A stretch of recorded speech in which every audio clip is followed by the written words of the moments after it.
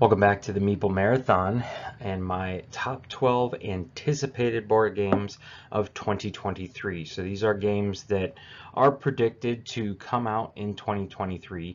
Now, I made a list just like this of my top 10 anticipated games of 2022 last year around the same time, and literally half of those games did not deliver as expected. So instead of rehashing old news of games that I'm sure a lot of people have heard a lot of hype about, I'm just going to, speak on those very briefly. If you want to watch my previous video, you can check out that link that I'll be sticking up above me here, right now. So let's take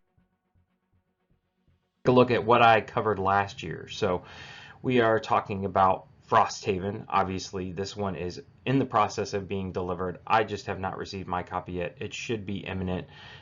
I haven't received a shipping notification so for me, it's going to be a game of 2023. Also 11. I know that 11 has delivered to most of the world. It just hasn't hit the US and Canada yet. This is a Euro style football manager board game, and after the World Cup has me super excited. It's a shame that I didn't get it in time to play during the World Cup, but that's all fine. Seventh Citadel is one that we knew would probably take a while. I'm not that surprised that it didn't quite deliver. Same with Iridia, The Paths We Dare Tread. That one you kind of knew was going to take a whole extra year than most cycles. They were upfront about that to begin with, and then there's been a lot of personal family stuff going on with Cody Miller. I'm not going to get into that. That's his business, but he has a right to be delaying the game. And then there's Clash of Eternia, Masters of the Universe board game. This one is also imminent. I honestly don't know why this one is not delivering at this point. Same thing with Frosthaven, though. So these were all on my list last year. Masters of the Universe, Clash of Eternia was my top anticipated game. It still is. Frosthaven may have eclipsed it with all the hype going on right now, but I think hype is half of anticipation. So if you want to hear me speak ad nauseum about these games, check out my video from last year.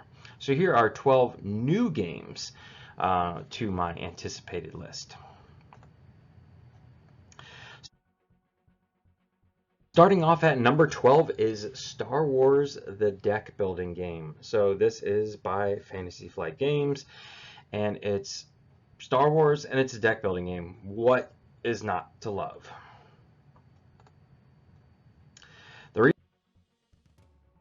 reason this one is, number 12 on my list is that I really don't know that much about it. Honestly, just the pure fact that it's Star Wars and it's a deck builder and Fantasy Flight, it's going to be a no-brainer purchase for me. Hopefully it's excellent. They have not really released a lot of details. They've just put out teasers and this one screenshot of some of the cards.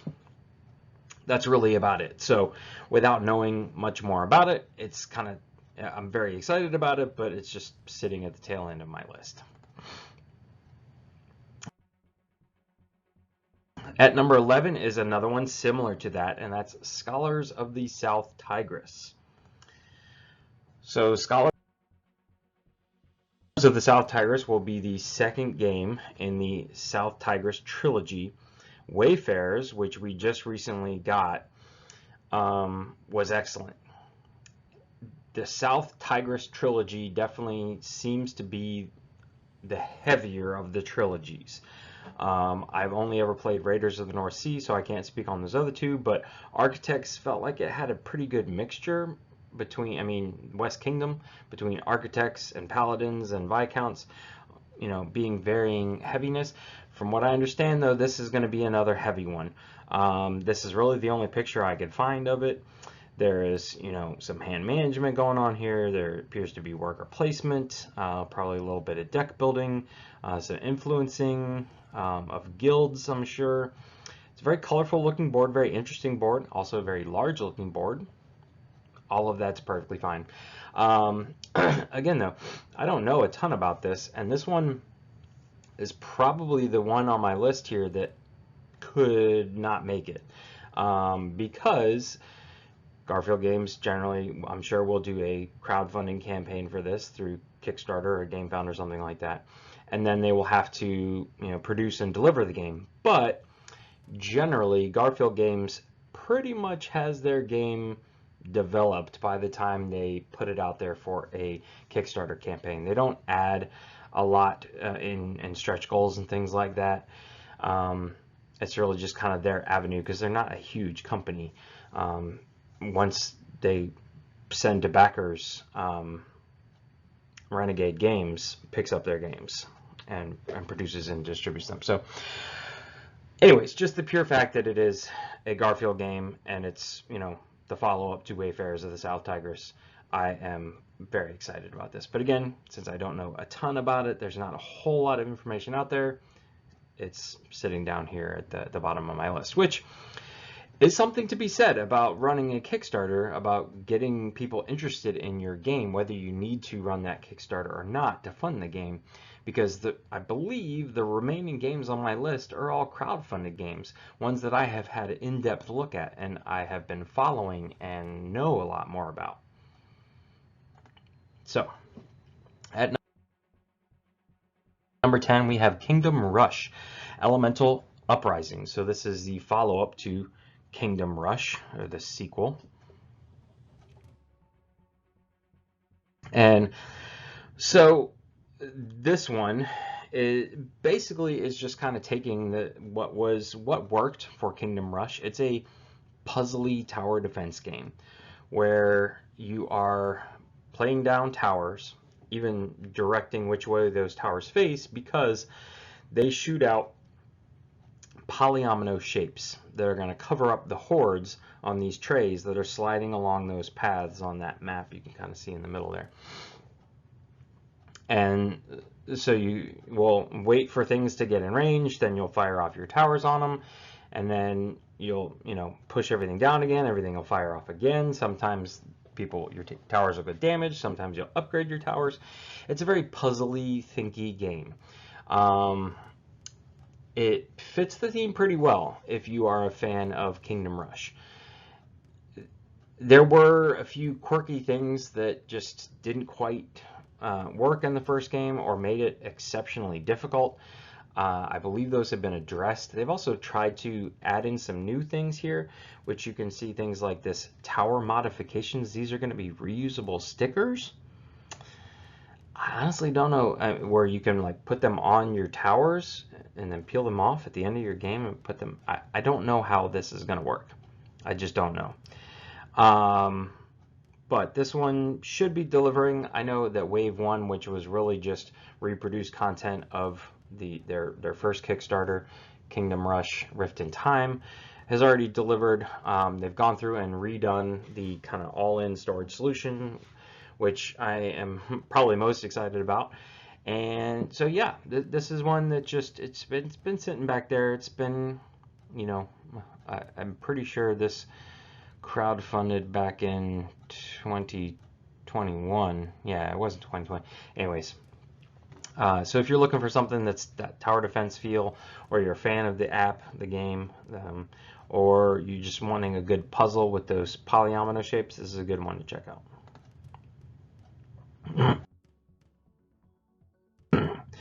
At number 9 is Tainted Grail Kings of Ruin. This is probably my next one that I would be a little wary of whether it's going to deliver on time. Awakened Realms' timeline used to be right around a year. Now it has kind of pushed into more like 16 to 18 months. So just going off of when this crowdfunded, it's going to be late in 2023 before we see Kings of Ruin, if at all. So this is another one like Scholars of the West Kingdom or Scholars of the South Tigris, which hasn't even had its crowdfunding yet. This one we may or may not see. But Tainted Grail Kings of Ruin is the successor to Tainted Grail Fall of Avalon, which was one of my first just hugely anticipated games. One of the first ones I went all in on, and it was really behind the theme. The storyline definitely came through. There were some issues with the first game, mainly around the difficultiness of the game, and you having to mill resources and you know, just do a lot of backtracking and stuff like that. Well, they've completely kind of addressed that and made it more streamlined of a game experience. They've also added a little bit of a you know, town phase where you kind of build up at the area that you are from, your kind of campground, or I guess you could call it. So they have made some improvements. I had the chance to play through the demo copy that was passing around, and it played excellently. So really, I love this theme, and really did enjoy Tainted Grail Fall of Avalon. So if all they did was go through and create another great story and improve what was wrong with Fall of Avalon, this should be a no-brainer. But again, I'm very curious as to whether it's going to deliver in 2023. Up next is Tenaris Adventures. So this is the follow-up to Arena the Contest, which I don't believe at first was a solo game. And so it wasn't until Tenaris Adventures came out where they said, okay, it's now soloable, plus there's a campaign. That's when I backed it. So I did not back Arena the Contest. So I actually don't have any content for this. And I also backed the 5th edition RPG, Tenaris RPG. Having never played an RPG before, but they had a solo option that I thought looked interesting. So there's a lot of Tenaris stuff hopefully being delivered in 2023.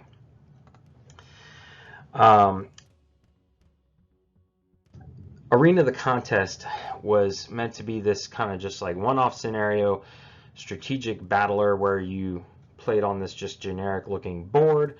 You would put down some scenery tiles to create walls and stuff, and then you would just kind of go head-to-head PvP. I don't believe there was any type of AI. Maybe I'm wrong. Again, I only ever started looking once Tenaris Adventures said, hey, there's an AI system and a campaign now. So they have taken all that and blown away out. This is going to be one of those games that has just ridiculous amounts of miniatures and ridiculous amounts of content. And yeah, this just looks like a lot of fun. It's been a while, so I honestly can't remember a lot of details about the game, but yeah, I know that things are in production and things are going to be on the water soon, so I'm excited.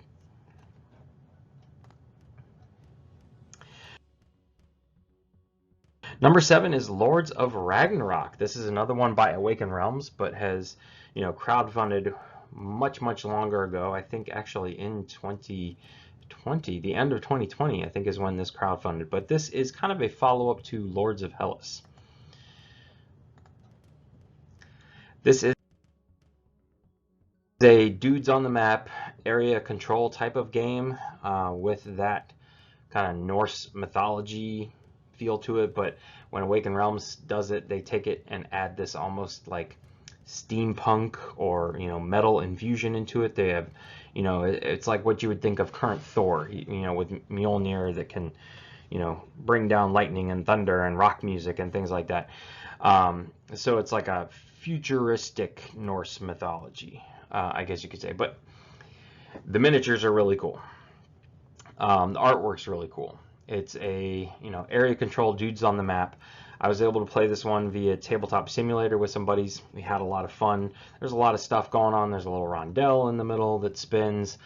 Of course, there's these statues that you can build up in pieces, which are really cool. This is one of those games that it just doesn't feel the same playing on Tabletop Simulator. And when you get your hands on it, when you're building these epic, iconic statues that tower over everything, it just is really cool to see that physical presence on the table. So Lords of Hellas was a great game. The solo portion was just okay, and so it didn't stick around in my collection. I'm hoping that the solo mode for this one will be better. If not, I'm hoping to be able to get this one to the table with a larger group and play some multiplayer. But yeah, so this is, if you're looking for a dudes on the map game that's just going to be a blown out production, check out Lords of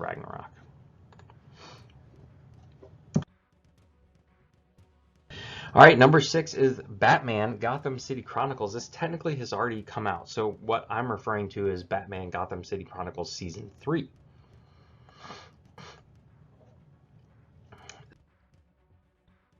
So Season 3, you can see the main thing here that I am excited about is the solo and cooperative mode. There is a lot more to Season 3, you know, the whole new scenarios and some maps and things like that. A Narrows campaign mission, things like that. But the fact that they are addressing and making this soloable and or co-op, it just greatly expands my ability to get this to the table. And I'm very excited about it. I had played and have had discussions with the designer of the solo mode, who was chosen by the company because he had produced one and just had it free on BGG. I played that and had some suggestions for him, and we chatted a lot, and we had a very nice, you know, me and several other people had a lot of back and forth about how we could improve it, and then they reached out to him, and I'm very happy for him.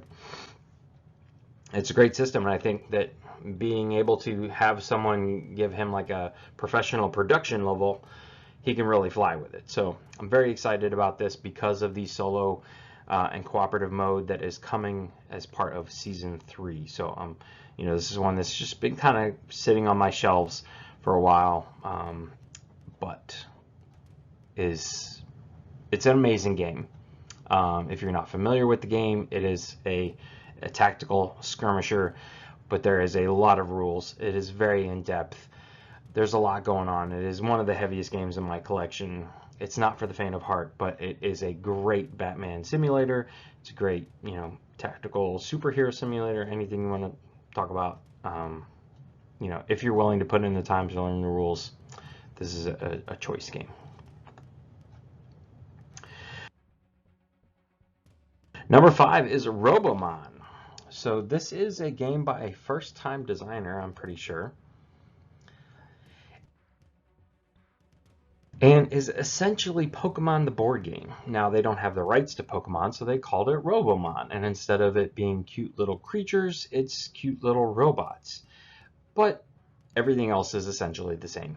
The artwork style feels very Pokemon-ish, and the, you know, kind of stats and the way you charge up your robots, Robomons, to, you know, do attacks and things like that feels very Pokemon.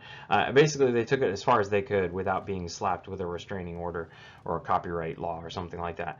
I have a little hesitation because it's what I believe is a first-time designer, so hopefully he can deliver here. But this game looks really cute.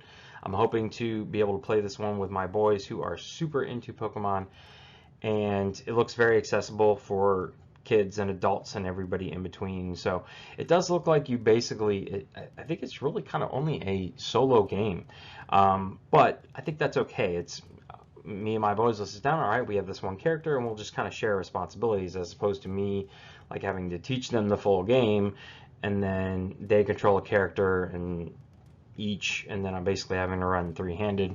So that actually seems like a nice change of pace, that we can all be involved in a solo character game. Anyways, if you are a fan of Pokemon or are looking for a cute, you know, very whimsical campaign style game that's got a very different theme from what we are used to seeing in the board game industry, at least right now, check out Robomon, coming out in 2023, hopefully.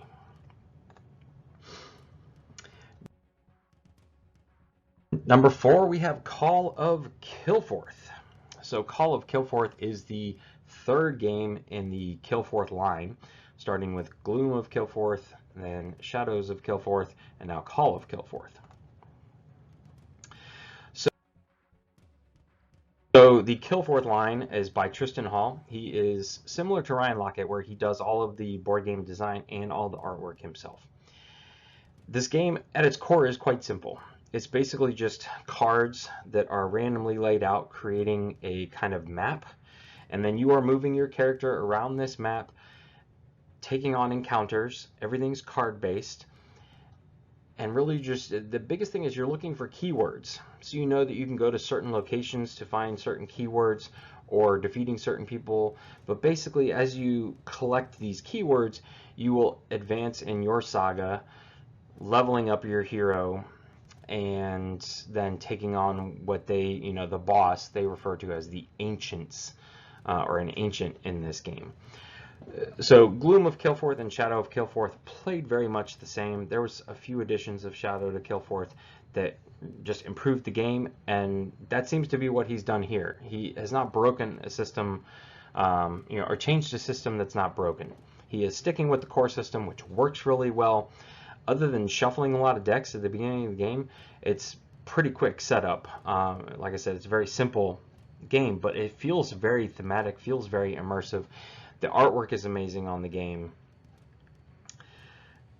and they're all, kind of one-off scenarios too. These are not, this is not like a campaign style game or anything like that. So you can sit down, you can play, and then you can forget about it. Come back a month later, sit down, play, forget about it. The rule set is pretty straightforward. So yeah, if you are looking for something in this range, again, this is a kind of a card-based adventure game. It's all about taking your hero on this saga and improving, leveling up your hero to take on the Ancient, I guess you could say. And that's Call of Kilforth.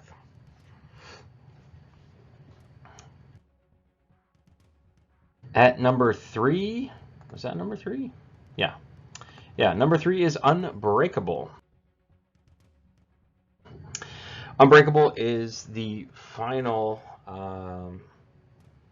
chapter, supposedly, of Too Many Bones, which is sad, but something I'm very excited about. Too Many Bones just continues to be one of those games that every time I get it out, I am not happy. I mean, I'm ecstatic about getting it out. I'm not upset about, possibly having to read through the rules or anything like that. I finally got my trove chest this past fall, so super excited just to store this away in the trove chest and fill that out.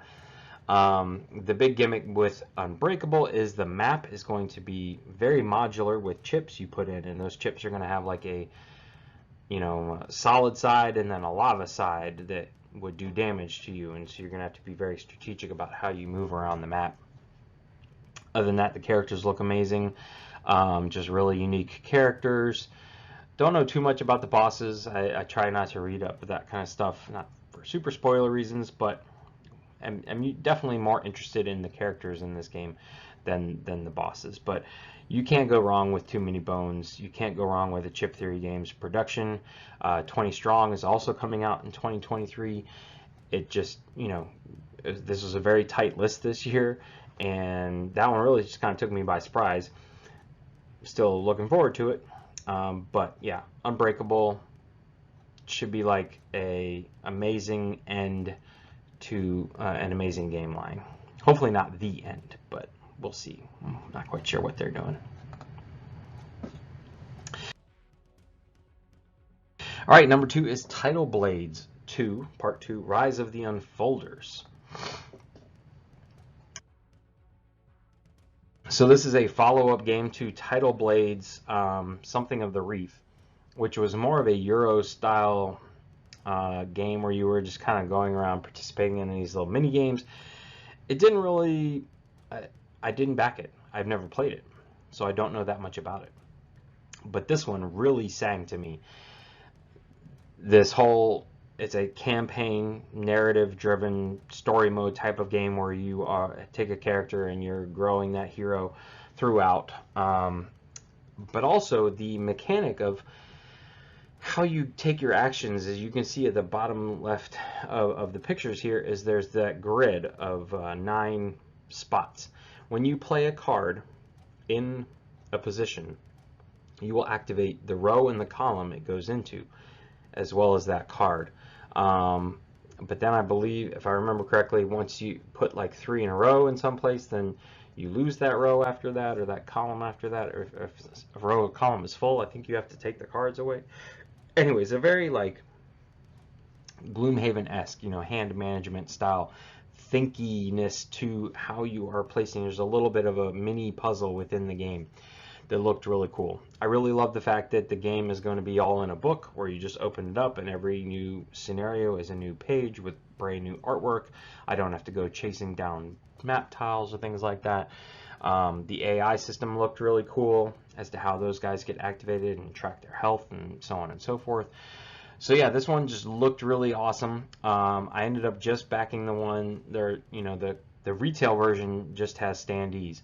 You can pick up then just miniatures for the heroes, which is what I did, because I am really settling on really liking standees for monsters and bosses, especially ones that are colored and excellent artwork, so on and so forth. Yes, the miniatures are nice. I'm sure they would be amazing, but again, I have so much plastic in my life right now. I'm perfectly fine with the the standees, or will be, hopefully. We'll see. But just this one feels very unique to me. Feels like it's going to be a totally unique experience. So again, I'm very excited for this one to come out. But not quite as excited as Sleeping Gods Distant Skies. So if you've been a fan of the channel for a couple years now, this should come as no surprise. Sleeping Gods was my far and away top game of 2021. Has it really only been that long? Just amazing open world, narrative driven, choose your own adventure style game that just blew me away. It was one of the few games that I sat down and played start to finish, finished a campaign, without setting it off to the side, without breaking for any other game. I just played through it, couldn't get enough of it. This one, I think is going to be just the same, just as amazing, maybe even better. Instead of traveling on a boat along these open waters, you're going to be in a plane, traveling around. They have, added some more puzzly elements to it. I could go on and on about how amazing Sleeping Gods was, and again, this one doesn't seem like Ryan Lockett is breaking the system. Ryan Lockett, like Tristan Hall, does all his own artwork. I love his artwork. The artwork's amazing. This one is in a book, so everything's right there with this custom, beautiful artwork to create and set the scene. Boom! I'm super excited about this one. See no reason why this one would not be delayed until 2024. So yeah, as soon as this one comes to the table, you guys aren't going to see me for 7 days. I'm just going to plow through a campaign and then come back with my review after that. So yeah, super excited for the follow-up to one of my top games of all time, frankly, and that is Sleeping Gods Distant Skies. And that's going to do it for my list of anticipated games of 2023. A handful of games that didn't quite make the cut, but still I am anticipating them. They should be great games. Legacy of You by Garfield Games. This one has already had its Kickstarter, so we definitely should see it in 2023. This is a solo-only game. Feels similar to Hadrian's Wall. It's not like a flip and write, but it's like a flip and then do actions type of things. But again, it's a solo-only game. Kind of same art style, same gameplay as all the rest of his games. Fox Experiment by Hargrave, the designer of Wingspan. This is a roll and write about what really happened, like people breeding foxes in the Arctic. But just I've seen several gameplays of people playing demo copies of this. It looks really charming and really fun. Small-ish box game. It's a roll and write if you're into those. And then Marvel Zombies. I will have to admit, I am anticipating it coming. Again, I've only got the core game, and I did not pay for split shipping, so I'm getting a core box and a stretch goal box. But Marvel Zombies Heroes Resistance surprised me in how they took a great game of Zombicide and just kind of streamlined it, made it more accessible. So I am just looking forward to more heroes and villains and things like that in the game. So those are three that just didn't quite make the cut of my top 12, and we already discussed my 5 from last year that hopefully are going to be delivering soon as well. That's going to do it for this year. Thank you all who joined the channel in 2023, and here's to what hopefully will be an amazing join the channel in 2022. Here's looking forward to 2023. Once again, thanks for watching. Have a great day.